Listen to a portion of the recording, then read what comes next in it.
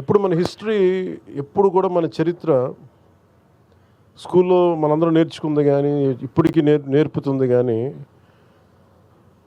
మన ధర్మం తాలూకు లేదంటే మన చరిత్ర తాలూకు గొప్పతనం ఎవరు చెప్పరు.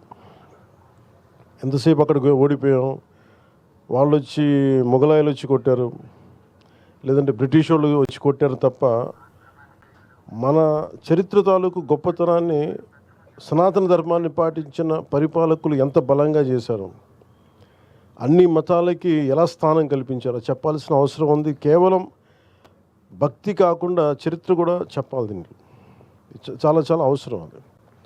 ఉదాహరణకి నేను మొన్న మదురై మీనాక్షమ్మ టెంపుల్కి వెళ్తే అక్కడ పూజారులు లోపల చూపిస్తా ప్రధాన పూజారులు ఎలాగ మధుర మీనాక్షమ్మ మూల విగ్రహాన్ని ఎలా దాచిపెట్టారు, ఈ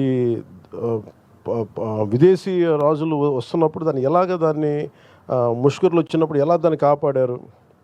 చాలా కాలం తెలియదు. ఇలాంటి చరిత్ర నాకు వెళ్తే కానీ నాకు తెలియలే. దురాక్రమణదారులు వచ్చి ఎలాగ ఇదే మూల విరాట్ విగ్రహం అని చెప్పి ఒకటి దాడి చేశారు. అంటే శివలింగం ఉంటుంది, శివలింగాన్ని దాడి చేస్తే శివలింగం మధ్య కట్ అయిపోయింది. ఆ ఘాటు ఉంటుంది, కత్తి ఘాటు. కానీ అలాంటిది చరిత్ర అందరికీ తెలిస్తే, మన గత చరిత్ర తెలిస్తే ఇది ఎంత అవసరం మనకి, మనం ఎంత కాపాడుకోవాలి.